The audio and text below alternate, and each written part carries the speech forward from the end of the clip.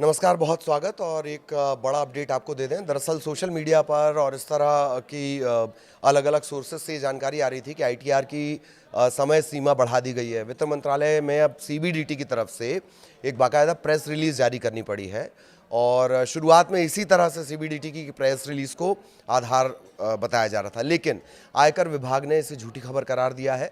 विभाग का कहना है कि आईटीआर फाइलिंग की तारीख में अंतिम तिथि में कोई बदलाव नहीं है।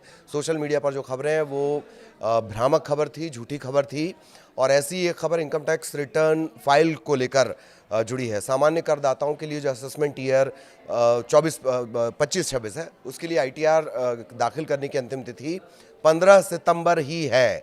बहुत टाइम नहीं है अब आपके पास। सोशल मीडिया पर वायरल हो रही कुछ खबरों में समय सीमा बढ़ाने की बात आ रही थी कि 30 तारीख कर दी गई है। अब आयकर विभाग खुद इससे इनकार कर रहा है। अंतिम तारीख को आगे नहीं बढ़ाया गया। Central board of direct tax या सीबीडीटी जिसे कहते हैं, उसने बाकायदा एक प्रेस रिलीज़ भी जारी की कि अंतिम तारीख जो है वो नहीं बढ़ाई गई है। आयकर विभाग ने 14 सितंबर को यानी देर रात एक पोस्ट किया है एक्स पर, सोशल मीडिया एक्स पर पोस्ट किया और इस खबर को फर्जी करार दिया जो ये कह रही थी कि 30 तारीख तक आप अपना आईटीआर फाइल कर सकते हैं। तो लास्ट डेट है, इस पर चूकना नहीं है। अगर इस डेडलाइन से आप चूक जाएंगे, टैक्स पेयर्स खास तौर पर 5,000 रुपये तक का जुर्माना देना पड़ सकता है। केंद्रीय प्रत्यक्ष कर बोर्ड सीबीडीटी, इसकी तरफ से टैक्स पेयर्स को बड़ी राहत ऑलरेडी पहले दे दी गई थी। जो असेसमेंट ईयर है 25-26, उसके इनकम टैक्स रिटर्न दाखिल करने की जो तारीख थी वो 31 जुलाई से बढ़ाकर 15 सितंबर पहले ही कर दी गई थी और इनकम टैक्स ने इस डेडलाइन को लेकर सोशल मीडिया पर अलर्ट भी जारी किया। लास्ट डेट बढ़ने की अटकलें खारिज कर दी गई हैं। इसके बढ़ने की उम्मीद वैसे कोई चांसेस नहीं है। 15 तारीख है और बहुत कम वक्त बचा हुआ है और कोई ऐसा लग रहा है कि आगे ये नहीं बढ़ाई जाएगी। ऑलरेडी 31 जुलाई से इसको 15 सितंबर कर दिया गया था। इसके अलावा लास्ट डेट के बाद अगर आप पर चूक जाते हैं तो क्या होगा, डेडलाइन तक टैक्स रिटर्न फाइल करना इसलिए ज़रूरी है क्योंकि इसके बाद आईटीआर फाइल करने के अलावा अलग अलग इनकम के हिसाब से जुर्माने का भी प्रावधान है। इनकम टैक्स की जो धारा 234F है, उसके तहत डेडलाइन के बाद रिटर्न फाइल करने वाले टैक्स पेयर जो होंगे उन पर जुर्माना लगेगा। टैक्स की देनदारी है, उन पर जुर्माना लगाया जाएगा। अधिकतम 5,000 रुपये तक ये जुर्माना है नियम के मुताबिक। अगर टैक्स पेयर की जो इनकम है, कुल इनकम 5 लाख से ज़्यादा है, तो फिर देरी से आईटीआर फाइल करने पर उन्हें 5,000 रुपये का जुर्माना देना पड़ सकता है। 5 लाख के हिसाब से कैलकुलेशन हम आपको बता रहे हैं और जिनकी इनकम 5 लाख रुपये से कम है, उनके लिए जुर्माने की राशि 1,000 रुपये है। इनकम टैक्स रिटर्न भरने में देरी के चलते जुर्माना झेलना पड़ सकता है।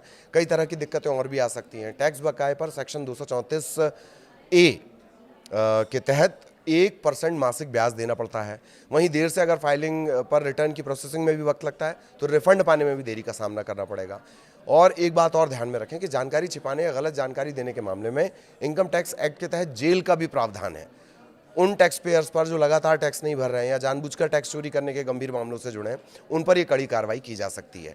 गंभीरता के आधार पर 3 महीने से लेकर 2 साल तक की जेल भी हो सकती है और बहुत आसान है ये जो फाइल करना है, बहुत सरल ये प्रक्रिया कर दी गई है।